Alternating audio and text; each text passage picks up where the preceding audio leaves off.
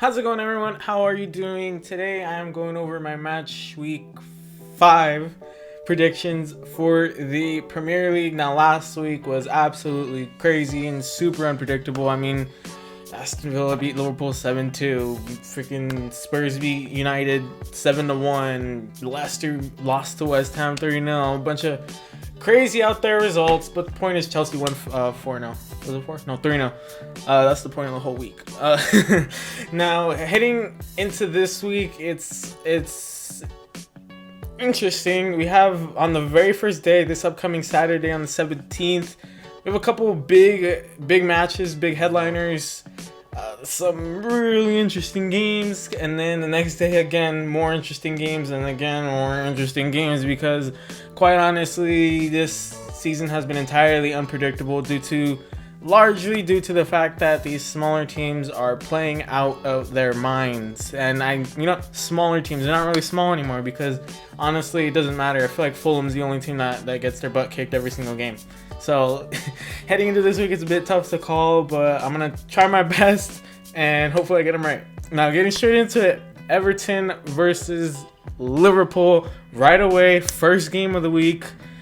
Insane to think that Everton is the best team in the league right now and Liverpool's in 5th. So it's a tough one to call. It's the Merseyside derby is always intense and tough. It's like the North London derby between Spurs and Arsenal.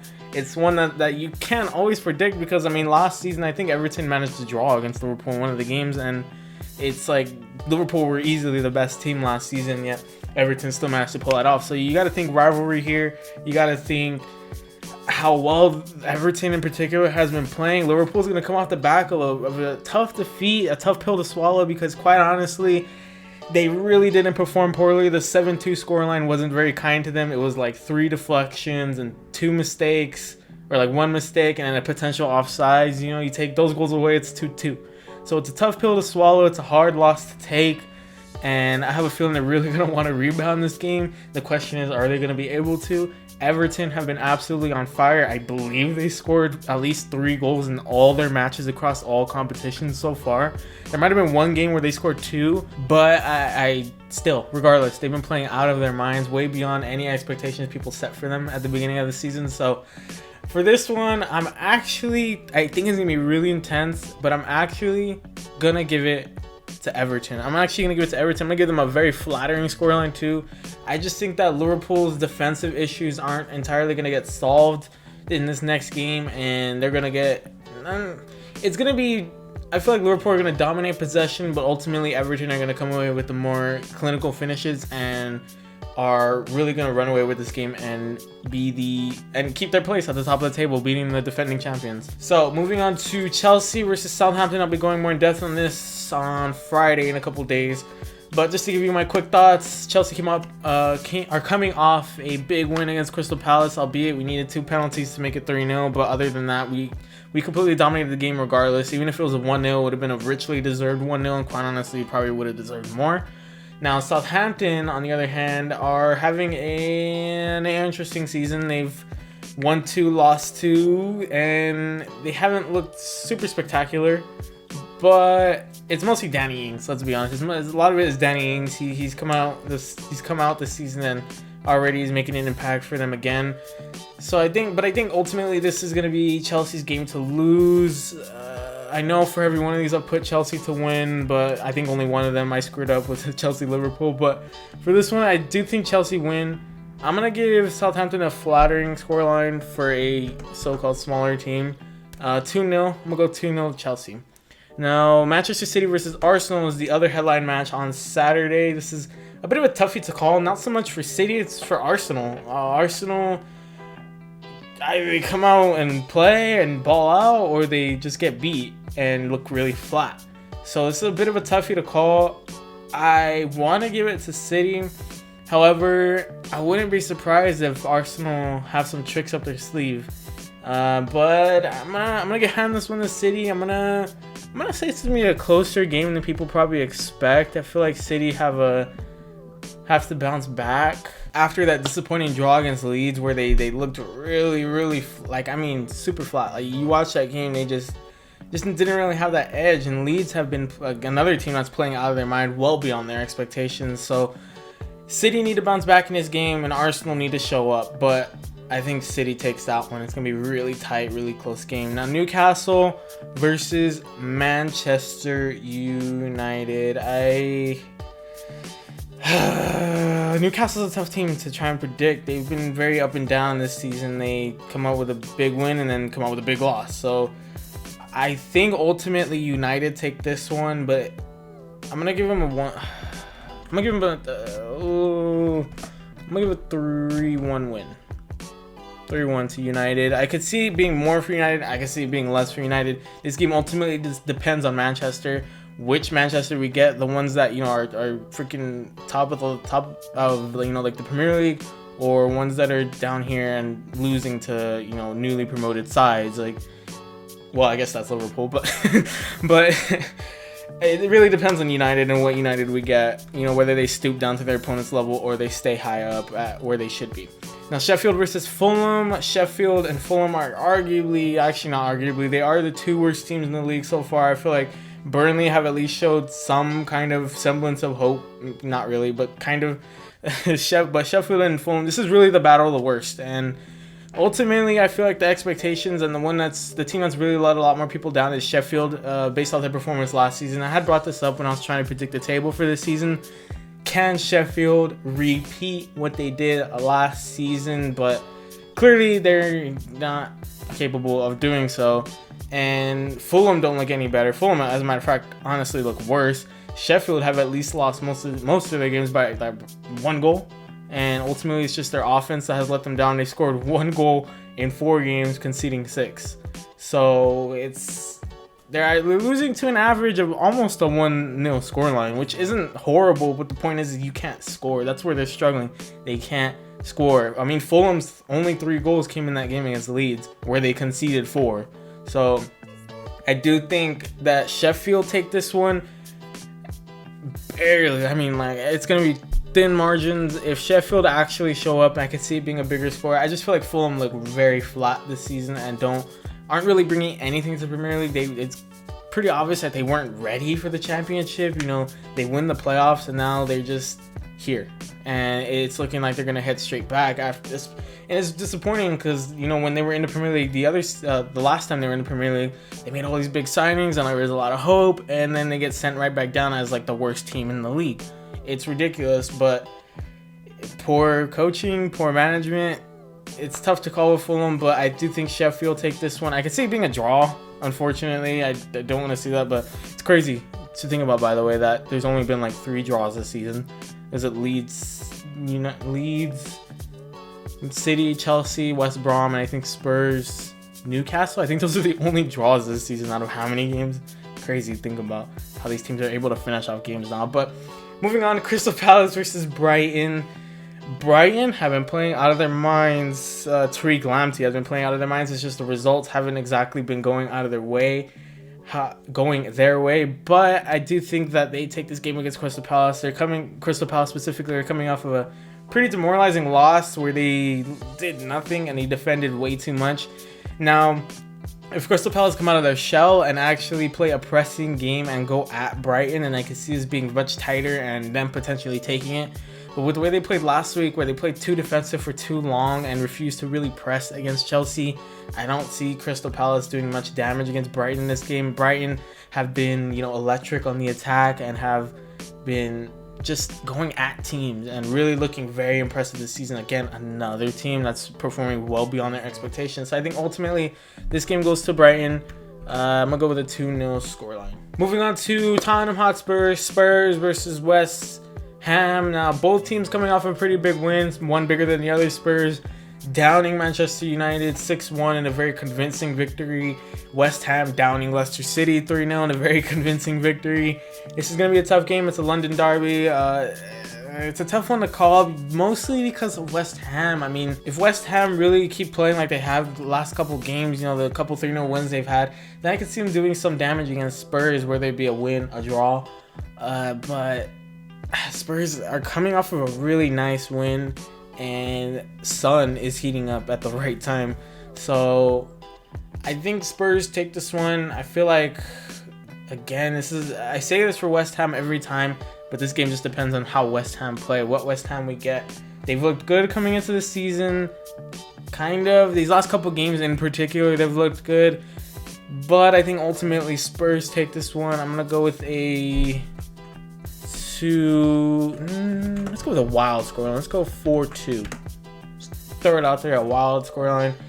Moving on, Leicester City versus Aston Villa. This is going to be a really interesting game. Can Leicester City bounce back from their loss against West Ham? And can Aston Villa back up their win against Liverpool, or was it just a fluke?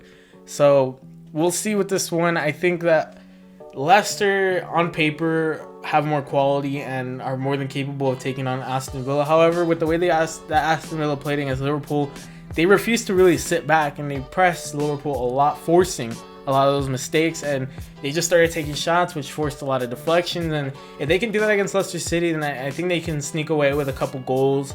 But do they win is the question. Leicester need to bounce back after that big loss against West Ham. I mean, Jamie Vardy was on fire before that, so I think that Leicester take this one. I feel like, you know what? I'm gonna go with a 2-2 draw. I think I just hit my mic. I'm sorry. I'm gonna go with a 2-2 draw on this one. Only draw of the week. I think it's gonna be a wild game. Maybe Villa take a 2-0 lead and Leicester come back from 2-0 down to draw the game. I just think it's a bit of a tough one to call, mostly because of Aston Villa and mostly because of the fact that in the game against Liverpool, again, it really came down to deflections and mistakes and one potentially missed call. So I think Villa do have the quality to stay in the Premier League very easily, but this is another test to see whether they can hang with people who are, one of their goals is at least Europa League. At least for Leicester, I would think one of their goals is at the bare minimum Europa League. So it's a question of, can Aston Villa hang on, not just for this game, but the rest of the season. So moving on to West Brom versus Burnley. This is a bit of a toughie to call. Burnley have not played well at all. However, West Brom have. They've just not quite had the results go their way. I think that this is going to be it might be a flat game, a very flat, boring game, because Burnley have not looked good at all coming into the season. And West Brom, they had a huge draw against Chelsea and then backed it up with a loss against Southampton. So it's a matter of how these teams play. I mean, they're 17th and 18th in the table. They both don't look entirely convincing. So it's just a matter of who really shows up for this game. I mean, I want to say a draw, but I don't think it'll end up in a draw. I think West Brom take this one. I'm going to go with a convincing 2-0 win over Burnley. I think West Brom take it. I think West Brom pressed Burnley a lot, and Burnley will just be too stagnant, too flat, and won't be able to push back by the time they're down a few goals. And that's kind of what we've seen from West Brom. I just hope it's not a boring game where they both sit back and wait for the other one to make a mistake or something like that. Because it's 17th versus 18th. It's a bottom of the table fight. As is the other one, Sheffield versus Fulham. But still, I could see that game being more entertaining than West Brom Burnley. Now moving on to Leeds Wolves. Wolves backed up a big loss against West Ham with a barely win over Fulham. So they've not entirely convinced me this season that they're capable of reaching the same sort of heights that they have these last couple seasons prior. Leeds, on the other hand, have been excellent. They lost to Liverpool barely. They, beat the likes of Fulham and Sheffield, which are the two worst teams in the league, which are their only two wins. But they've gone toe-to-toe with Manchester City and Liverpool. So they've clearly exceeded expectations. They're doing what they need to do. They're coming away with points against bigger teams and making sure they're beating lower teams. So they're doing what they need to do.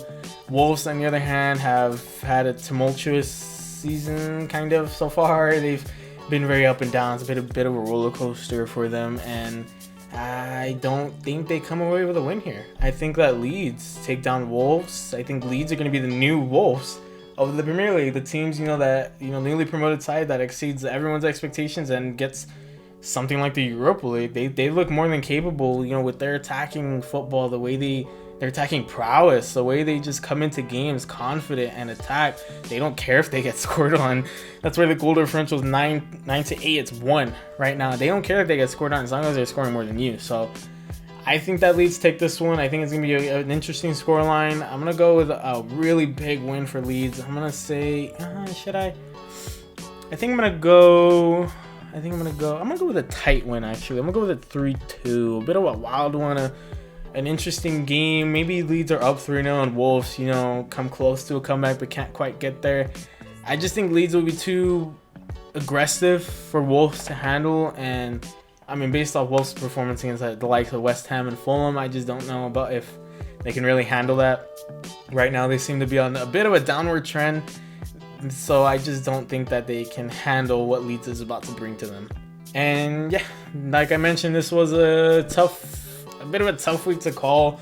Some teams are performing well above their expectations and are honestly blowing me away with how much these smaller teams have grown and how much of an impact that they're having on the Premier League, and the fact that none of these games are really they're not tight in, that you can't predict these games anymore. You really can't, and this is just for fun now. So going over real quick, like Everton, Liverpool could easily go the other way. Chelsea, Southampton, I feel like if Southampton really play, they can give Chelsea a run for their money. Manchester City, Arsenal can go either way. Newcastle United, it's like all these games can honestly go either way. Now, for me, it's gonna be really interesting to see how James Rodriguez performs against Liverpool. That's a big game for them, for Everton. It's gonna be interesting to see how he performs against Liverpool, whether he can pull out some kind of result. For Chelsea, Hakim Ziyech looks like he's gonna be coming back for this week, so if he can come off the bench and maybe make an impact late, that'd be great, especially because he has a one to watch on FIFA, and I really need him to get a team of the week. For those of you who know, if you know, you know. Manchester versus Arsenal. If because City haven't really had a striker, that's the issue. So whoever's in that false 9 role, how do they perform? And for Arsenal, how does the team as a whole perform? For Newcastle United, I can't even pick out a player again. It's United. How does the whole team, how do they defend? How do they attack? How do they move around? How do they respond after that huge loss? Sheffield, Fulham. I mean, it's the battle of the worst, to be honest. So whichever team just doesn't look flat, I have a feeling it's going to be a boring game, to be honest with you. But Crystal Palace, Brighton, again, Tariq Lamptey. Can he show up? Can he ball out against Crystal Palace? I think he will. Tottenham Hotspur, West Ham. Son is going to be the player to watch for me. Is he going to perform well again? I don't know if he's injured. I don't know their news, to be honest. So it's going to be whether he's playing, first of all. If he's playing, then how does he perform against West Ham? And Mikel Antonio for West Ham, who's been off the charts since the Project Restart last season. So it's going to be interesting to watch that game. Leicester City versus Aston Villa. Ollie Watkins got his hat trick against Liverpool, so it's going to be interesting how he rebounds with that. And Leicester City as a whole, as a unit, how they rebound after that big loss against West Ham. West Brom versus Burnley is pretty much whoever just refuses to sit back. And if one team starts pressing, I have a feeling that team's going to come out with the win.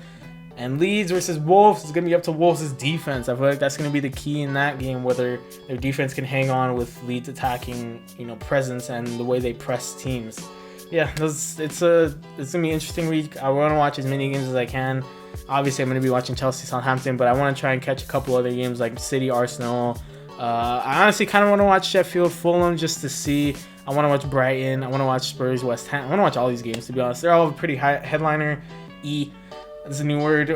West Brom versus Burnley and Sheffield versus Fulham actually are probably the only games that I'd be okay with missing. But this week is going to be very interesting, and I hope I get some right this week, please. Yeah, thank you guys for watching. If you enjoyed the video, please leave a like and subscribe. Go check out the socials. My Twitter is @BlueHermit1. My Instagram is @BlueHermit_. Please share the socials with all your friends, family, everybody you know. Let the people know Blue Hermit's where it's at. And I'll see you guys later. Bye. My voice cracked.